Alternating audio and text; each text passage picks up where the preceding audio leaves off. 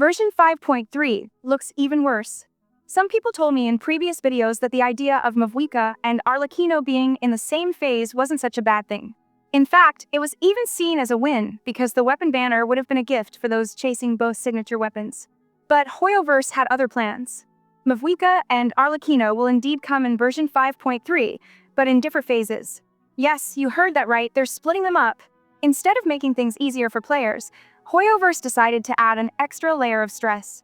If you were hoping to get both characters and their weapons in one go, you might need to rethink your strategy. Let's dive into the full breakdown. Today, we're covering everything you need to know about version 5.3, including banner lineups, splash arts, and some questionable marketing strategies. Plus, I'll share how you can save money on Genesis crystals for those irresistible pools. So, sit back, grab your tea or coffee, and let's get started. First up, Citlali. Her splash art dropped recently, and the community is buzzing with excitement. Her elegant design, her mysterious aura, and those intricate animations are pure eye candy. Now, onto the banners.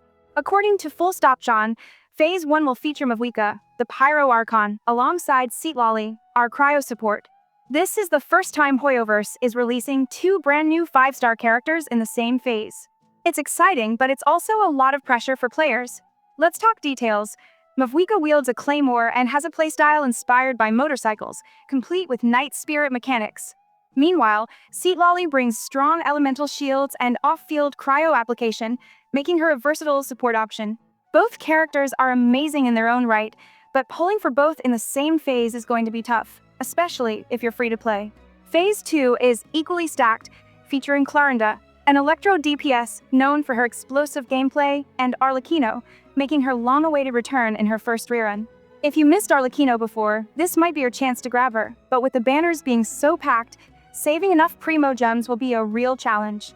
Adding to the chaos is the rumored Chronicled Wish banner.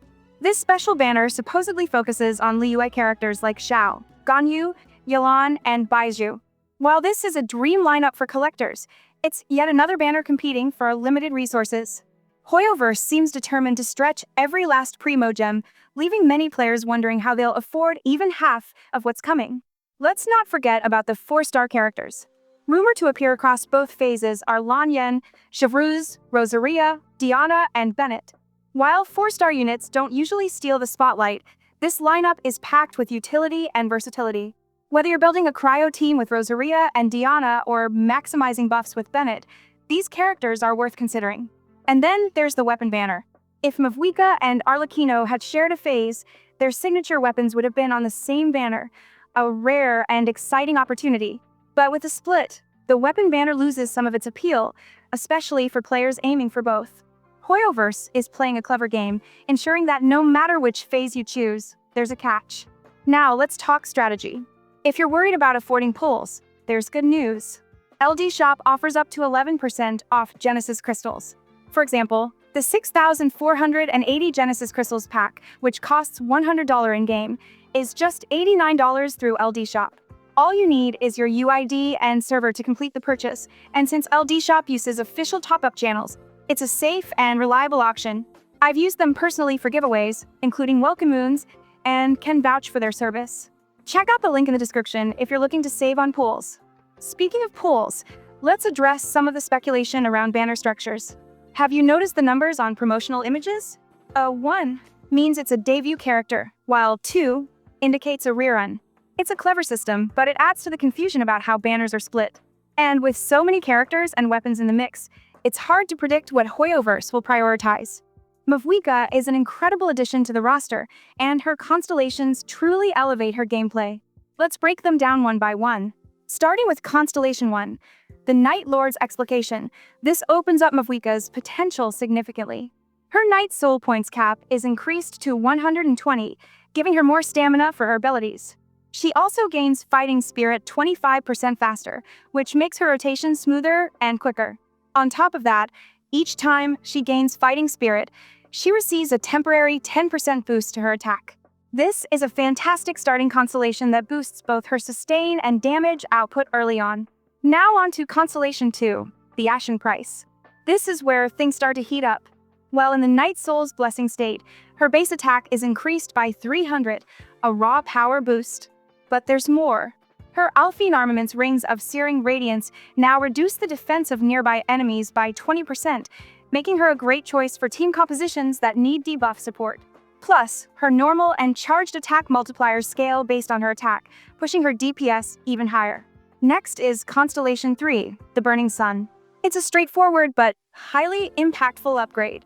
This increases the level of her elemental burst, Hour of Outlooming Skies, by 3, raising its damage and effectiveness. It's a must-have for players who rely on her burst in high-pressure situations. Moving on to Constellation 4, the Leader's Resolve. This one amplifies her passive talent, Kongoi. Typically, the damage buff from Hour of Outlooming Skies decays over time, but with this constellation, the buff becomes permanent for its duration. This ensures that Mavuika maintains consistent damage during prolonged battles, making her even more reliable as a primary or sub-DPS. With Constellation 5, the Meaning of Truth, her elemental skill, the named Moment, gains a level boost of 3.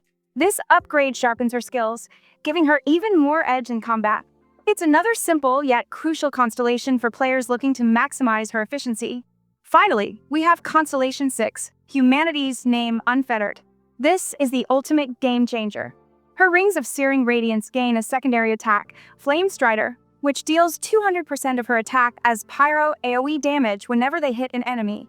If Mavuika is riding the Flame Strider, the rings follow her, delivering 400% attack as pyro AoE damage every 3.5 seconds. And that's not all. Her terrain crossing abilities improve significantly, making exploration much smoother. Plus, when she's out of combat and her Knight's Soul points drop to 5, she regenerates 80 points every 15 seconds. This constellation turns her into an unstoppable force, blending incredible utility and raw power. Let's pause for a moment. How do you feel about version 5.3 so far? Is it exciting, overwhelming, or maybe a little of both? Personally, I'm sad. On one hand, the new characters and mechanics look amazing.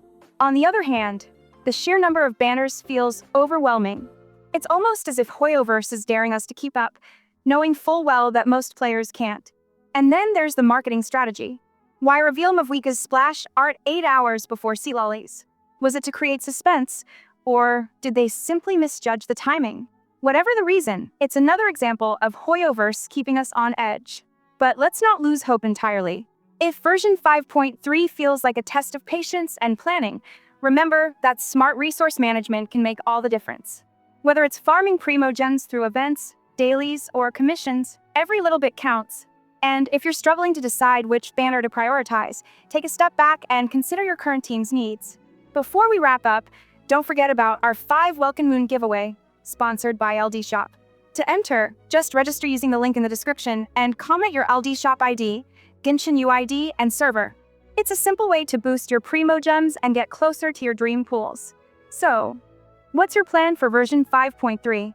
Are you pulling from Mavuika, citlali, Clarenda, or Arlecchino? Or are you saving for the Chronicled Wish banner? Let me know in the comments. I read every comment, and your insights often spark great discussions. If you enjoyed this breakdown, don't forget to like, comment, and subscribe for more updates.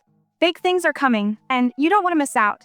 Until next time, travelers, stay safe, save those primogems, and I'll see you in Teyvat.